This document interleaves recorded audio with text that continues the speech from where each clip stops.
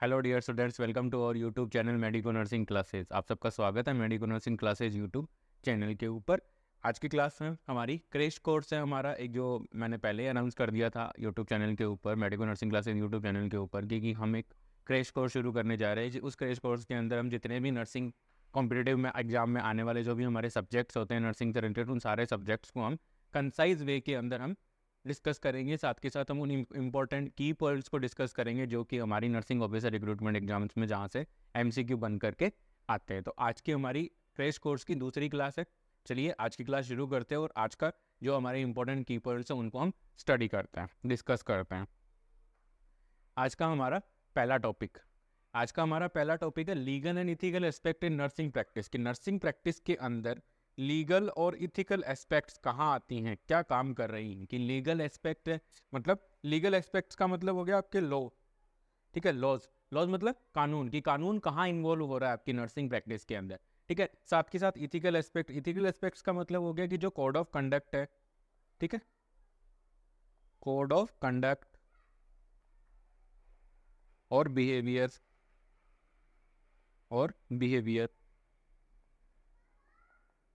जो code of conduct और code of behaviours हैं उनके बारे में हम यहाँ पे, उनके अंदर कौन कौन से लीगल एस्पेक्ट्स लग रही है, नर्सिंग के अंदर हमारे कौन से जो लॉज है वो सबसे ज़्यादा काम आ रहे हैं, उनके बारे में हम यहाँ पे स्टडी करेंगे। तो फर्स्ट वन जो हमारा लॉ है, ठीक है स्टूडेंट, फर्स्ट वन जो हमारी लीगल एस्पेक्ट्स की अगर मैं आपसे बात करूँ तो फर्स्ट वन जो पॉइंट है वो पॉइंट आ रहा है हमारा लाइबल।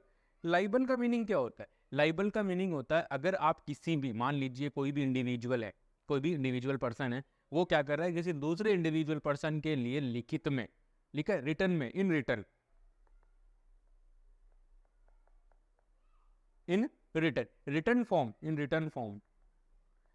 फॉर्म के अंदर अगर कुछ गलत लिखता है तो उसे क्या कहते हैं?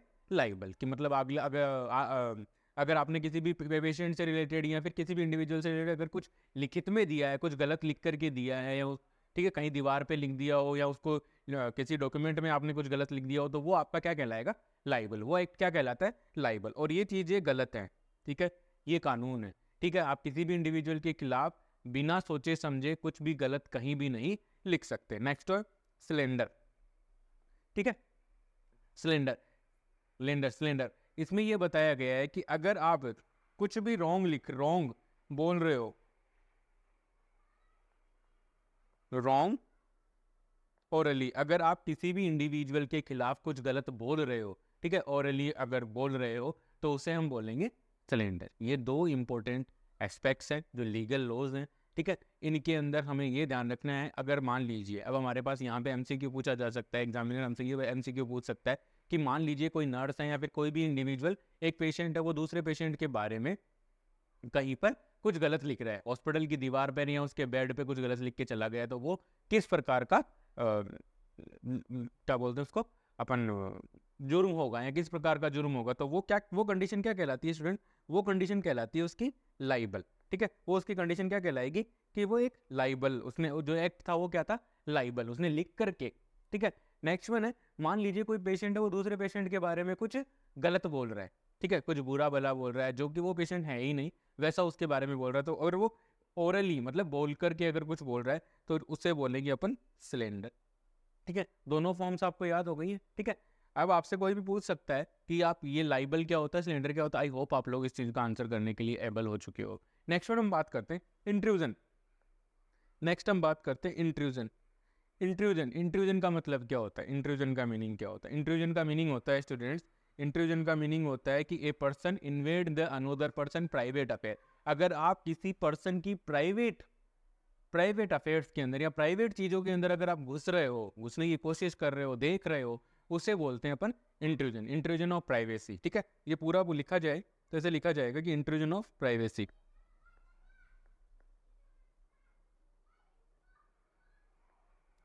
इंट्रूजन ऑफ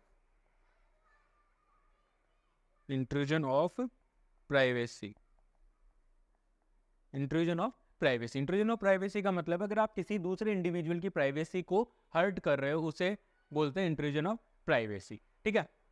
नेक्स्ट हम बात करते हैं, नेक्स्ट पॉइंट इंपॉर्टेंट पॉइंट है स्टूडेंट, ध्यान रखिएगा, नेग्लिजेंसी। सबसे ज़्यादा इंपॉर्टेंट प्रोफेशनल एस्पेक्ट से अगर मैं बात करूं तो ये लास्ट अभी जो दो पॉइंट हम पढ़ेंगे वो पॉइंट्स हो गए। फर्स्ट वन है नेग्लिजेंसी। तो नेग्लिजेंसी क्या होती है, याद रखिए। वो नेग्लिजेंसी क्या है, act and conduct that below the standard of care.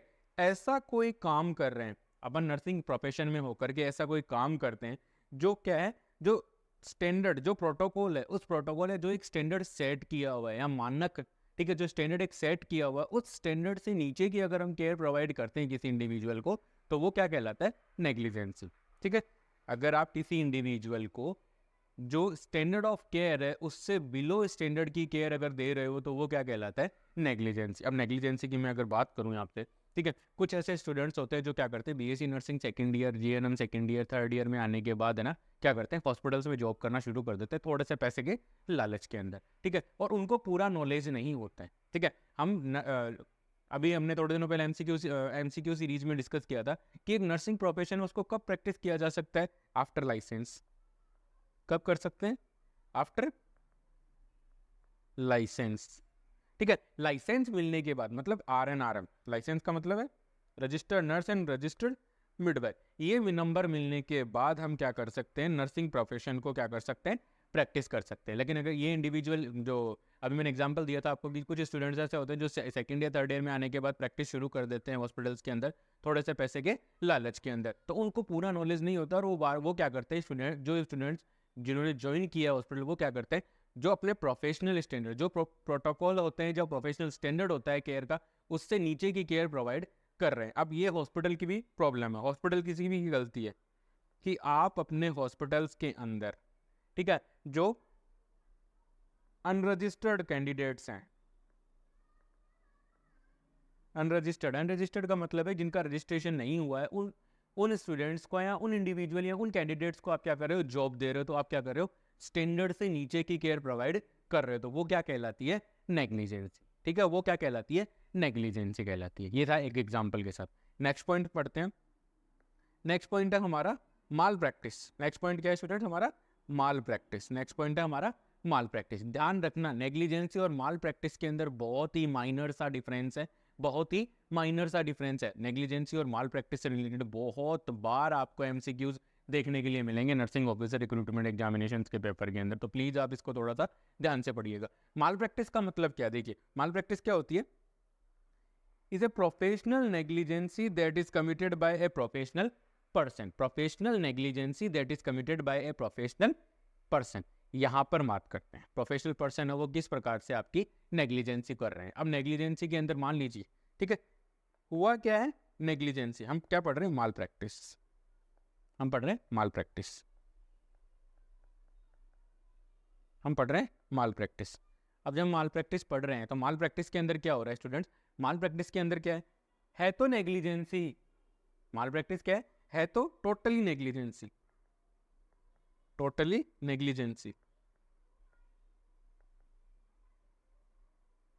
है, तो नेग्लिजेंसी, बट ये नेग्लिजेंसी कौन कर रहा है, a professional individual, a professional person, a professional person. ठीक है, मैं बताना चाहूंगा नेग्लिजेंसी क्या थी, प्रोफेशनल स्टैंडर्ड या जो भी पर्टिकुलर स्टैंडर्ड ऑफ केयर है उससे बिलो की कोई केयर प्रोवाइड करना या कोई भी कंडक्ट या कोई भी एक्ट करना, वो कहलाता है आपका नेग्लिजेंसी। स्टैंडर्ड से बिलो, स्टैंडर्ड से नीचे की केयर। ठीक है, अब यही अगर स्टैंडर्ड से नीचे की जो केयर है वो अगर कोई प्रोफेशनल इंडिविजुअल प्रोवाइड करता है, तो वो कहलाती है माल प्रैक्टिस। वो क्या कहलाती है, माल प्रैक्टिस। एग्जाम्पल के तौर पर देखना, नॉर्मली क्या कहा जाता है, नॉर्मली हम ये कहते हैं कि जब भी आप कोई भी इंजेक्शन लगा रहे हो, जब भी आप कोई इंजेक्शन लगा रहे हो, तो सबसे पहले आपको क्या करना है, साइट सिलेक्शन करना है। साइट का क्या करना है, सिलेक्शन करना है। साइट सिलेक्शन के बाद आप क्या करोगे, उस साइट को क्लीन करोगे, clean site, clean the site with alcohol swab. Site को क्या करना है, एल्कोहल स्वाब से हमें क्लीन करना है। ठीक है, उसके बाद हमें क्या करना है, इंजेक्शन लगाना है, एडमिनिस्टर इंजेक्शन, एडमिनिस्टर इंजेक्शन। उसके बाद हमें क्या करना है, इंजेक्शन लगाना है। लेकिन कुछ इंडिविजुअल्स क्या करते हैं, ये वाला जो काम है जो मैंने अभी इरेज किया है, वो काम करना भूल जाते हैं, सीधा गए, साइट सेलेक्ट किया, इंजेक्शन लगाया, पुश किया, बाहर निकाला, छोड़ दिया। ये क्या हो गई? Malpractice. इसे क्या बोलेंगे हम? Malpractice. It is known as malpractice. It is known as malpractice. ये क्या कहलाएगी? आपकी माल प्रैक्टिस। आई होप आप लोगों को समझ में आया होगा जो भी लॉज मैंने यहाँ पे आप लोगों के लिए क्रैश कोर्स के अंदर इंक्लूड किए हैं। ये जो मैंने अभी इंक्लूड किए हैं क्रैश कोर्स के अंदर, यही मोस्टली एग्जाम्स के अंदर पूछे जाते हैं। ऐसे तो बहुत सारे हैं, बट अभी हमारे पास इतना टाइम नहीं है, हमें हमारी तैयारी को क्या करना है, फिनिशिंग देनी है। ठीक है, चलते हैं अपने नेक्स्ट पॉइंट पे। Next point, good smart and low. Important point है स्टूडेंट्स, ध्यान में रखिएगा, बहुत बार इसमें से एमसीक्यू पूछा जाता है कि गुड स्मार्ट एंड लो क्या है। Very most point, very most point. अब गुड स्मार्ट एंड लो क्या है? देखिए, good smart and low underline कर लीजिएगा प्लीज, आप इसको नोट कर लीजिएगा और इंपॉर्टेंट लगा लीजिएगा। गुड स्मार्ट एंड लो क्या है? It protect the health care provider who provide first aid in emergency condition to an injured person because there are gross negligence. ठीक है, because there are gross negligence. Students ध्यान रखिएगा, negligence का मतलब अभी हमने पढ़ा है कि नेग्लिजेंसी का मतलब क्या है? केयर, और act care below the standard, ये मान लेते हैं अपन यहाँ पे, care below the standard, care below the standard negligence है। अब यहाँ पर क्या है? ये गुड स्मार्ट एंड लो क्या कर रहा है? हेल्थ केयर प्रोवाइडर को प्रोटेक्ट करता है। किसको प्रोटेक्ट कर रहा है? हेल्थ केयर प्रोवाइडर को। ये किसको प्रोटेक्ट कर रहा है? हेल्थ केयर प्रोवाइडर को। और कब प्रोटेक्ट कर रहा है? जब कोई हेल्थ केयर प्रोवाइडर एक इंजर्ड पर्सन को फर्स्ट एड दे रहा है। जब एक हेल्थ केयर प्रोवाइडर एक इंजर्ड पर्सन को फर्स्ट एड दे रहा है। हेल्थ केयर प्रोवाइडर क्या कर रहा है? हेल्थ केयर प्रोवाइडर में वहाँ पे नर्सेज हो सकती हैं, डॉक्टर्स हो सकते हैं, ठीक है, पैरामेडिकल स्टाफ हो सकता है, पैरामेडिकल स्टाफ हो सकता है वहाँ पे। ठीक है, ये कोई भी जो भी हेल्थ केयर प्रोवाइडर है वो क्या हो सकते हैं? वहाँ पे प्रेजेंट हो सकते हैं। ये क्या कर रहे हैं? एक इंजर्ड पर्सन को क्या कर रहे हैं? फर्स्ट एड दे रहे हैं। ये क्या दे रहे हैं? First aid. एक इंजर्ड पर्सन को क्या कर रहे हैं? फर्स्ट एड दे रहे हैं। ठीक है, अब क्या होगा? देखिए, जब ये किसी इंजर्ड पर्सन को फर्स्ट एड दे रहे हैं तो उस टाइम पे हो सकता है कि वहां पे ग्रॉस नेग्लिजेंसी प्रेजेंट हो। क्या प्रेजेंट हो? Gross negligence. ग्रॉस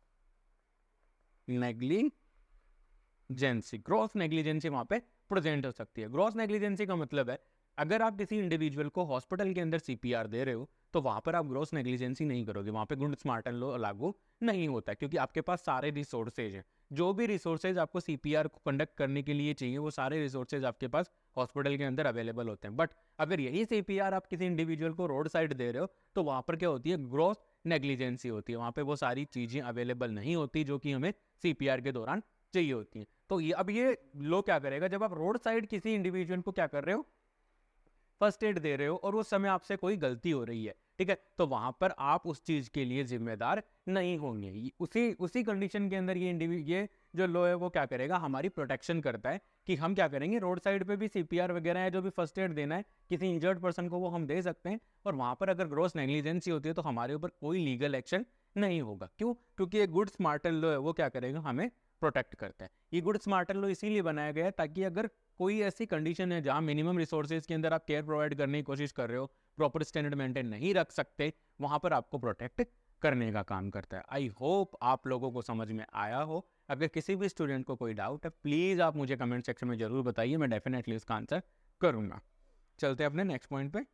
नेक्स्ट हम देखते हैं, आपके सामने स्क्रीन पे 3 वर्ड दिए गए हैं, ठीक है, आपके सामने स्क्रीन पे कितने वर्ड हैं? 3 वर्ड आपको दिए गए। इन तीनों वर्ड से आप देखोगे कि बहुत बार नर्सिंग ऑफिसर रिक्रूटमेंट एग्जामिनेशंस के अंदर डायरेक्ट क्वेश्चन पूछा जाता है। ये तीनों वर्ड्स काफ़ी लीगली काफ़ी इंपॉर्टेंट है। तो देखिए, फर्स्ट वन वर्ड है फेडिलिटी। फेडिलिटी का मतलब स्टूडेंट्स क्या होता है? ठीक है, सबसे पहले बात करते हैं अपन फेडिलिटी की।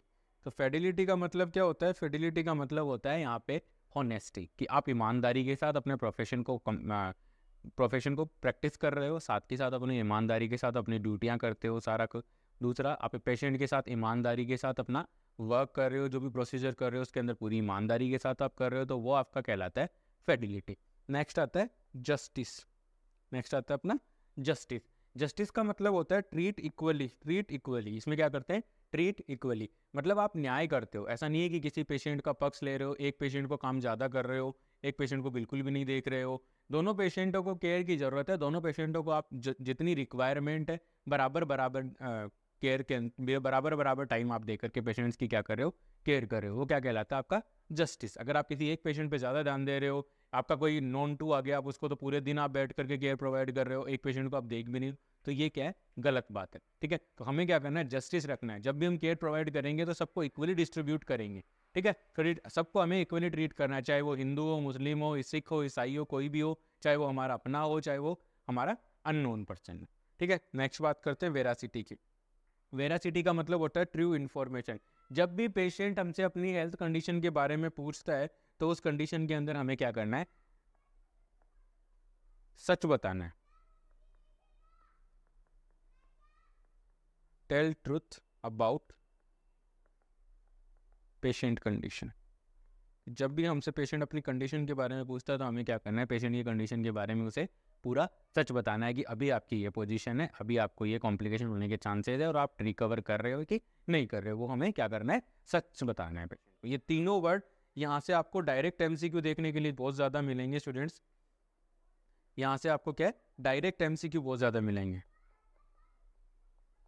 डायरेक्ट एमसीक्यू, डायरेक्ट एमसीक्यू देखने के लिए बहुत ज़्यादा मिलते हैं। तो प्लीज़ आप इन तीनों वर्ड्स को ध्यान में रखिएगा, अलग से नोट करके रखिएगा। चलते अपने नेक्स्ट पॉइंट।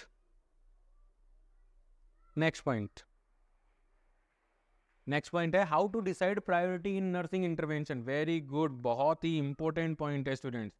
नर्सिंग इंटरवेंशंस के अंदर बहुत बार इस टॉपिक पे क्वेश्चन आते हैं कि आप किस प्रकार से, कैसे प्रायोरिटीज डिसाइड करते हो। बहुत बार नर्सिंग ऑफिसर रिक्रूटमेंट एग्जामिनेशंस के पेपर के अंदर आपको ये पूछा जाता है कि आप किस प्रकार से प्रायोरिटी डिसाइड करते हो। तो देखो, प्रायोरिटी डिसाइड करने का मतलब होता है कि आपको कोई भी 4 काम करने, 4 काम करने, लेकिन अब आपको ये डिसाइड करना है कि उन चारों कामों में से आपको सबसे पहले कौन सा करना है और सबके बाद में कौन सा काम करना है। ठीक है, तो ये चीज़ हमें ध्यान में रखनी है। ठीक है, किस प्रकार से हमें परफॉर्म करना है। ठीक है, तो सबसे पहले जब भी हम नर्सिंग केयर की प्रायोरिटीज डिसाइड करने जा रहे हैं, जब भी हम नर्सिंग केयर की प्रायोरिटीज डिसाइड करने जा रहे हैं, ठीक है, नर्सिंग के अंदर जो भी हमें फंक्शन करने हैं, जो भी इंटरवेंशंस करने हैं, जब भी हम इंटरवेंशंस की प्रायोरिटीज डिसाइड करेंगे तो हम सबसे पहले क्या करेंगे, सबसे पहले हम यूज़ करेंगे मास्लो हायरार्की की थ्योरी ऑफ नीड। क्या यूज़ करना है, मास्लो हायरार्की की थ्योरी ऑफ नीड। ठीक है, ये वेरी मोस्ट पॉइंट है।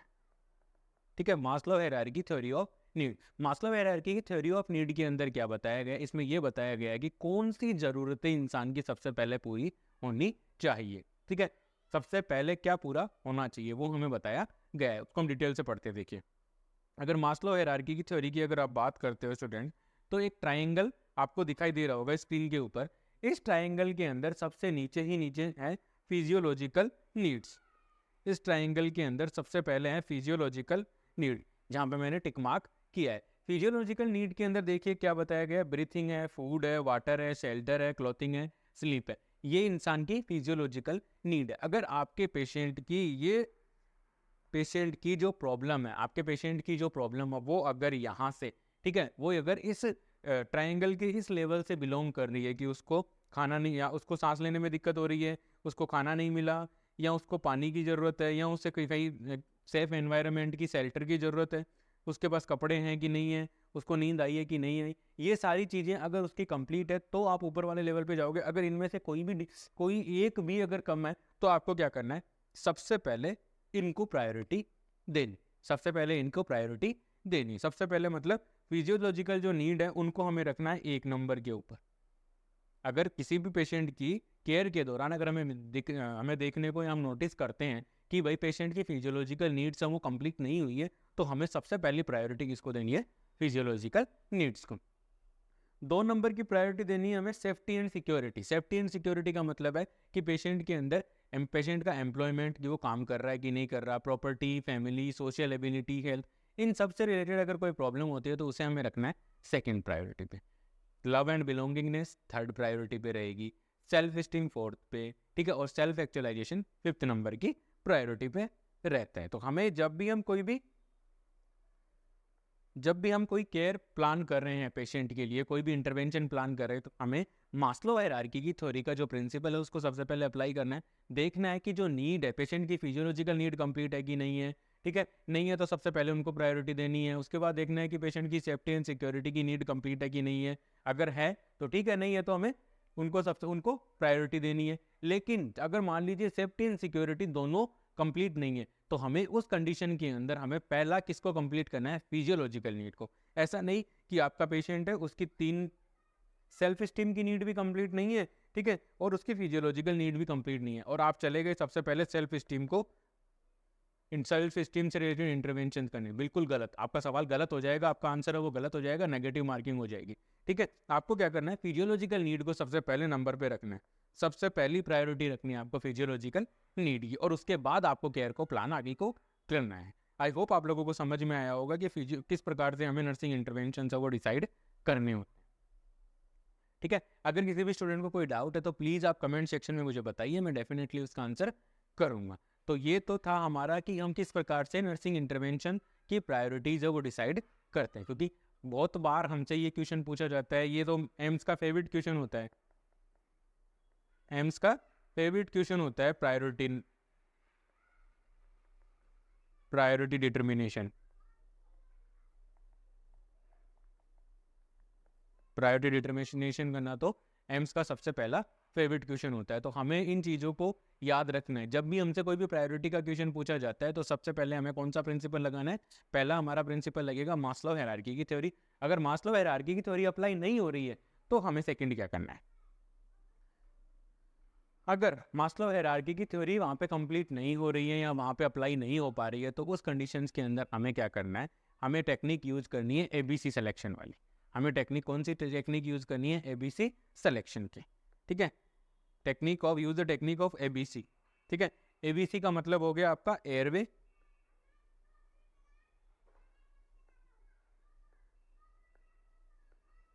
एबीसी मतलब एयरवे,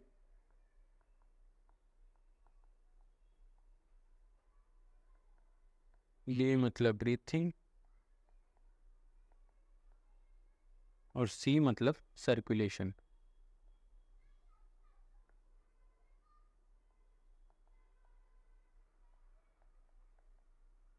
सी मतलब सर्कुलेशन।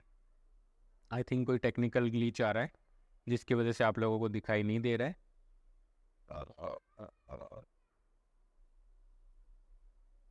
ठीक हो जाए, ठीक हो जाए।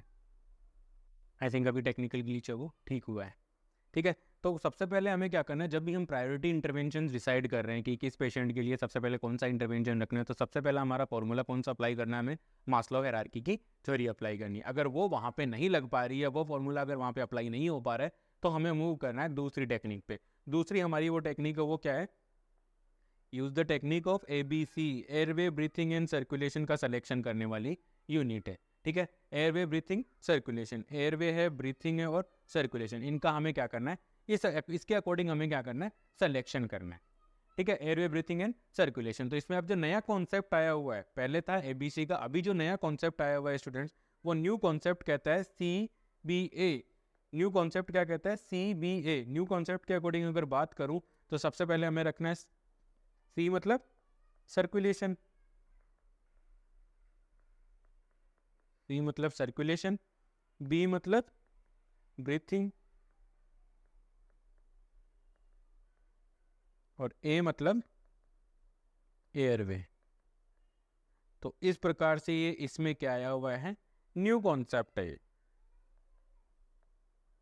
और इसके अकॉर्डिंग हमें क्या करना है? केयर को, इंटरवेंशन को हमें क्या करना है? प्लान करना है, साथ ही साथ हमें इंटरवेंशन को डिसाइड करना है।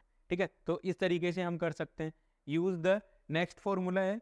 ठीक है, तो सबसे पहले मान लीजिए पहले मास्लो हायरार्की की थ्योरी अप्लाई करेंगे। अगर वो अप्लाई नहीं हो रही है तो हम सेकंड प्रिंसिपल अपना कौन सा अप्लाई करेंगे? सेकंड फॉर्मूला हमारा होगा एयरवे ब्रीथिंग सर्कुलेशन, या सर्कुलेशन ब्रीथिंग एयरवे, दोनों कॉन्सेप्ट में से हम अप्लाई करेंगे। तीसरा हमारा होता है कि ये दोनों अप्लाई नहीं हो रहे हैं। ठीक है, तो वहां पर हम तीसरा फॉर्मूला हमारा अप्लाई करेंगे। उसमें हम क्या करते हैं? उसमें हम करते हैं use the actual and potential problem formula. Use the actual and potential problem formula. Actual और पोटेंशियल प्रॉब्लम फॉर्मूला का मतलब क्या है स्टूडेंट्स? एक्चुअल और पोटेंशियल फॉर्मूला का मतलब है कि जब भी आप पेशेंट के लिए केयर प्लान कर रहे हो, वो केयर को इंटरवेंशन डिसाइड कर रहे हो, इंटरवेंशन प्लान कर रहे हो, तो उस सिचुएशन के अंदर हमें क्या करना है, सबसे पहली फर्स्ट प्रायोरिटी पे रखना है पेशेंट की एक्चुअल प्रॉब्लम को, और सेकंड प्रायोरिटी पे रखना है हमें पोटेंशियल प्रॉब्लम को। अब सवाल ये उठता है कि कौन सी एक्चुअल प्रॉब्लम है और कौन सी पोटेंशियल प्रॉब्लम है। तो सबसे पहले मैं यही समझा देता हूँ। एक्चुअल प्रॉब्लम की बात करें तो at the time of admission, at the time of admission, जब पेशेंट आपके पास हॉस्पिटल में एडमिट हुआ है तो वो किस प्रॉब्लम को लेकर के आपके सामने आया है, ठीक है, वो किस प्रॉब्लम को लेकर के आपके सामने वहां पे आया है, तो उससे तो हम बोलेंगे पेशेंट की एक्चुअल प्रॉब्लम। मतलब आज पेशेंट, मान लीजिए कोई पेशेंट आया है, वो आया है आपके पास एब्डोमिनल पेन का, तो एब्डोमिनल पेन है वो, तो उसकी क्या है actual problem, pain in abdomen,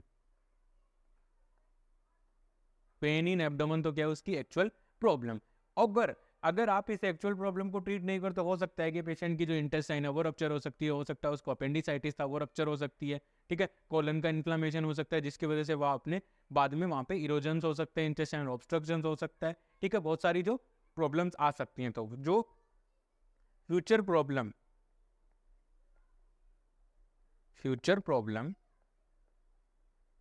due to future problem due to present problem,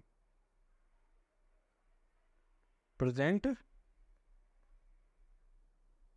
problem, अगर आप प्रेजेंट प्रॉब्लम को ट्रीट नहीं करते हो तो फ्यूचर में उस प्रेजेंट प्रॉब्लम की वजह से कौन कौन सी प्रॉब्लम्स हो सकती हैं, वो कहलाती हैं आपकी पोटेंशियल प्रॉब्लम्स। वो क्या कहलाती हैं आपकी पोटेंशियल प्रॉब्लम। तो जब भी हम पेशेंट के लिए केयर प्लान कर रहे हैं तो उस समय हमें ध्यान रखना है, हमारे पास 3 फॉर्मूला आ चुके हैं, ठीक है। पहला, जब भी हम इंटरवेंशन प्लान कर रहे हैं, ठीक है, 3 फॉर्मूला कौन कौन से हैं वो देखते हैं, ठीक है। जब भी आप केयर प्लान कर रहे हो किसी भी इंडिविजुअल पेशेंट के लिए, तो उस समय हमारे पास इंटरवेंशन प्लान कर रहे हैं अपन, मान लीजिए इंटरवेंशन प्लान कर रहे हैं, उस इंटरवेंशन को प्लान करते टाइम हमारे पास पहला फॉर्मूला है थ्योरी ऑफ नीड को यूज़ करना है, मास्लो हायरार्की की थ्योरी ऑफ नीड को यूज़ करना है। अगर थ्योरी ऑफ नीड वाला फॉर्मूला वहाँ पे अप्लाई नहीं हो रहा है तो हमें सेकंड फॉर्मूला यूज़ करना है, airway ABC, airway breathing circulation या CBA, ठीक है, ये फॉर्मूला हमें यूज़ करना है। थर्ड, हमारे पास मान लीजिए यहाँ पे ये अपने हमारे फर्स्ट और सेकंड फॉर्मूला दोनों फेल हो चुके हैं, नहीं हो रहा, तो हमें लगाना है पेशेंट के लिए actual and potential problem, actual and potential problem formula, actual and potential problem formula. इन तीनों फॉर्मूलाज का यूज करके हमें क्या करना है, decide the priorities of care, decide the priority of intervention, decide the priority of intervention, decide the priority of intervention, ये हमें करना है स्टूडेंट्स, इस प्रकार से हमें ये करना है, ठीक है। तो आज की क्लास में इतना ही। आई होप मेरे द्वारा प्रोवाइड की जा रही MCQ सीरीज आपकी नर्सिंग ऑफिसर रिक्रूटमेंट एग्जामिनेशन में आपकी हेल्प कर रही होगी। Please like, share and subscribe. Thank you so much.